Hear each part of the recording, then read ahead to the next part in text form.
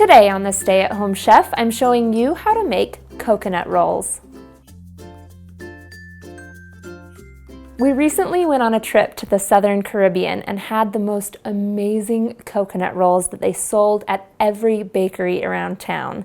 They were amazing and it was love at first bite. I knew immediately that I needed to make a copycat recipe so I could enjoy these anytime I wanted to at home. It all starts with 1 can of coconut milk, which is about 2 cups. It's just short of 2 cups. And you want to warm it in the microwave until it's just warm to the touch, and then pour it into the bowl of a stand mixer.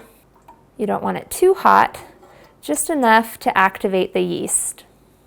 Next, we'll add in 2 1/4 teaspoons or 1 packet of instant dry yeast, followed by 3/4 of a cup of sugar and 1 teaspoon of salt.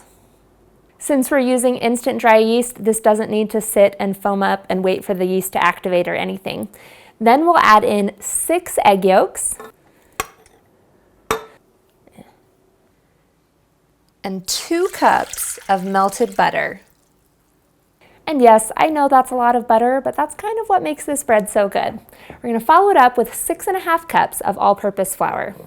Make sure you're using all-purpose for this, or you can also use bread flour. Then we can go ahead and start this mixing. Once it just starts to come together, turn it off. And then we're going to add in a little more flour, but I forgot one of the most important ingredients, which is 1 teaspoon of coconut extract. This gives it an extra coconut flavor. Then I'm going to also add in another cup of flour. And then we'll let this continue mixing until we have a nice solid dough ball. You should end up with a nice solid dough. It's actually kind of greasy, but it doesn't stick to your hands. And we're going to transfer this all to a lightly greased bowl. We're going to let this sit and rise for 2 hours. After they've risen for 2 hours, turn the dough out onto a lightly floured, clean countertop. Roll the dough out into a large rectangle. I'm going to show you 2 different variations that you can do with these rolls so you can have a little fun with it. So I'm going to cut the dough in half so I can use 1/2 of the dough for the first preparation and 1/2 of the dough for the second. So don't be confused by that. Now this first preparation is really simple. You just slice it into 6 strips, 6 long strips, and then you'll roll each of them up. For the second preparation, I'm going to add a bit of a filling to it, kind of like a cinnamon roll except coconut and no cinnamon. So I have about 1/2 cup of coconut oil here, and I'm going to spread it over my dough in a nice even layer. And then I'm going to sprinkle on some brown sugar. And I like to kind of use my knife and spread the sugar in with that coconut oil. Then I'll cut them into strips and roll them up just like I did with the other ones. Just cut and roll. You can always tuck in the end underneath.